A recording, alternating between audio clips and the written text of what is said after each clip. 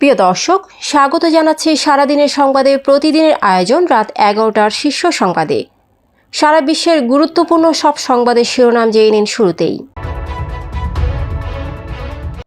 ইতিহাসের সর্বনিম্ন পর্যায়ে ভারতীয় রুপির দর। টিরুপের বিরুদ্ধে অন্তঃসত্ত্বা সাংবাদিককে হুমকির অভিযোগ। সংখ্যালঘুদের উপর হামলা ভাঙচুরের 98% ঘটনা রাজনৈতিক কারণে, পুলিশের অনুসন্ধান। রাশিয়ার জ্বালানি খাতে নিষেধাজ্ঞা দিল যুক্তরাষ্ট্র ও যুক্তরাজ্য, বাড়ল তেলের দাম। বাংলাদেশকে সব ধরনের সহায়তা করতে প্রস্তুত যুক্তরাষ্ট্র। নিয়ন্ত্রণে লস অ্যাঞ্জেলেসের দাবানল, 11 জনের প্রাণহানি, 15,000 কোটি ডলার ক্ষতি। আওয়ামী লীগের নিবন্ধন থাকবে কিনা সময় বলে দেবে, বললেন সিইসি। অন্তর্বর্তী সরকার ক্রমান্বয়ে ব্যর্থতার দিকে যাচ্ছে, মন্তব্য রিজভীর। গুড়িয়ে দেওয়া হলো শেরেবাংলা কৃষি বিশ্ববিদ্যালয় ছাত্রলীগের অবৈধ কার্যালয়। দামেস্কের ওমাদ মসজিদে পদদলিত হয়ে নিহত 4, আহত 16। প্রিয় দর্শক, এবারে জেনে নিন বিস্তারিত। ফ্যাশন ব্র্যান্ড মানে আর্ট। ডলারের বিপরীতে ভারতীয় রুপির দাম আরও কমেছে। বর্তমানে $1 86.20 রুপি। এটি ইতিহাসের সর্বনিম্ন দরে পৌঁছেছে।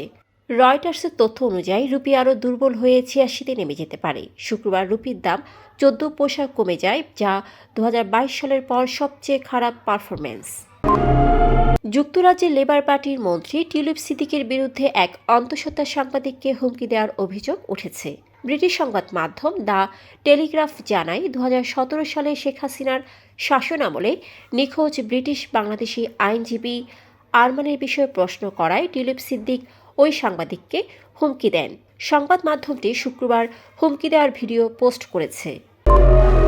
ছাত্র জনতার অভ্যুত্থানে শেখ হাসিনার পতনের পর দেশে সংখ্যালঘু নির্যাতনের অভিযোগে পুলিশ প্রতিবেদন দিয়েছে।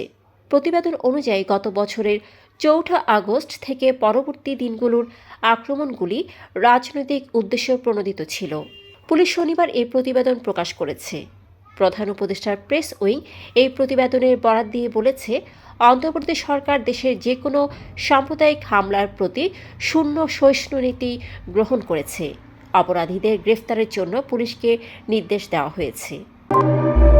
যুক্তরাষ্ট্র ও যুক্তরাজ্য শুক্রবার রাশিয়ার জ্বালানি খাতে নিষেধাজ্ঞা জারি করেছে, যার আওতায় বৃহৎ রুশ কোম্পানি গাজপ্রম নেফটো রয়েছে। মার্কিন president Joe Biden White House ছাড়ার আগে এই ঘোষণা দেন।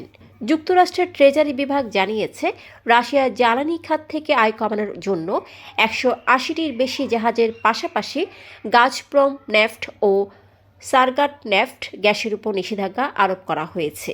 একই সময়ে যুক্তরাজ্য রুশ কোম্পানির উপর নিষেধাজ্ঞা দিয়ে বলেছে, এসব কোম্পানির মুনাফা পুতিনকে ইউক্রেন যুদ্ধে অর্থ যোগাচ্ছে। ব্রিটিশ পররাষ্ট্রমন্ত্রী ডেভিড লেমি বলেন, এই পদক্ষেপ পুতিনের যুদ্ধের অর্থ কমাবে, যা ইউক্রেনীয়দের জীবন বাঁচাতে সাহায্য করবে। ভারতে নিযুক্ত মার্কিন রাষ্ট্রদূত এরিক গারসিটি বলেছেন, যুক্তরাষ্ট্র বাংলাদেশকে সব ধরনের সহায়তা করতে প্রস্তুত। তিনি জানিয়েছেন, আমেরিকা বাংলাদেশের নতুন প্রতিনিধিদের সাথে যোগাযোগ রাখছে। সম্প্রতি যুক্তরাষ্ট্রের জাতীয় নিরাপত্তা উপদেষ্টা জ্যাক সুলিভানের ভারত সফরে বাংলাদেশ পরিস্থিতি নিয়ে আলোচনা হয়। গারসিটি বলেন, বাইডেন ও ট্রাম্প প্রশাসনের জন্য সংখ্যালঘুদের স্বার্থ গুরুত্বপূর্ণ এবং নির্বাচন সম্পন্ন করতে এবং নিরাপত্তা নিশ্চিত করতে যুক্তরাষ্ট্র সব ধরনের সহায়তা দিতে প্রস্তুত।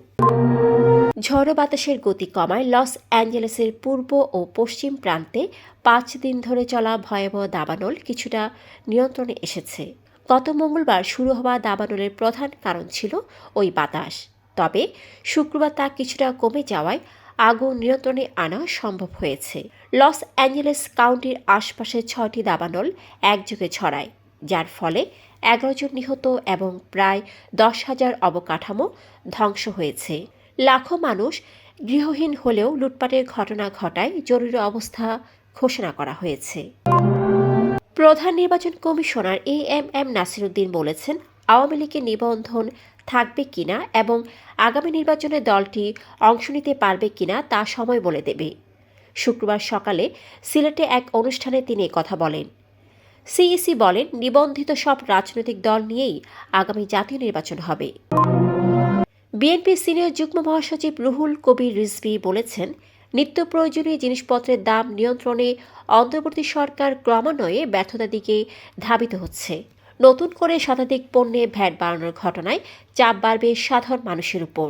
এতে সরকারের প্রতি জনগণের আস্থার চির ধরতে পারে। শনিবার রাজধানীর নয়াপল্টনে বিএনপির কেন্দ্রীয় কার্যালয়ে সংবাদ সম্মেলনে তিনি এসব কথা বলেন। রাজধানী ঢাকায় অবস্থিত শেরেবাংলা কৃষি বিশ্ববিদ্যালয় ক্যাম্পাসে বিগত আওয়ামী লীগ সরকারের আমলে গড়ে ওঠা ছাত্রলীগের অবৈধ কার্যালয় ভেঙে ফেলার উদ্যোগ গ্রহণ করেছে বিশ্ববিদ্যালয় প্রশাসন। শনিবার সরেজমিনে কবি নজরুল হলের সামনে দখলকৃত ছাত্রলীগের কার্যালয়টি ভেঙে ফেলতে দেখা যায়। বিশ্ববিদ্যালয়ের প্রশাসনিক সূত্র থেকে জানা যায়, বিগত সময়ে গড়ে ওঠা ছাত্রলীগের এই কার্যালয় অবৈধভাবে দখলকৃত। এক সময়ে বিশ্ববিদ্যালয়ের খামার বিভাগের অংশ ছিল এই ভবন, যা বিগত আওয়ামী সরকারের সময়ের রাজনৈতিক পরিস্থিতিকে কাজে লাগিয়ে ছাত্রলীগ দখল করেছিল। সিরিয়ার রাজধানী দামেস্কের উমাদ মসজিদে একটি অনুষ্ঠানে পদদলিত হয়ে 4 জন নিহত এবং অন্তত 16 জন আহত হয়েছেন। শুক্রবার দুপুরে মসজিদে খাবার বিতরণের সময় ভিড়ের মধ্যে ধাক্কাধাক্কি শুরু হয়, যার ফলে এই দুর্ঘটনা ঘটে।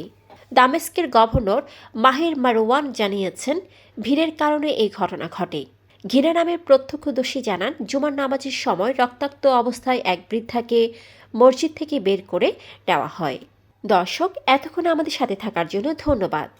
প্রতি মুহূর্তে দেশ বিদেশের গুরুত্বপূর্ণ সব সংবাদ জানতে ভিজিট করুন www.সারাদিনেরসংবাদ.com ও চোখ রাখুন সারাদিনের সংবাদের অফিসিয়াল ফেসবুক পেজে।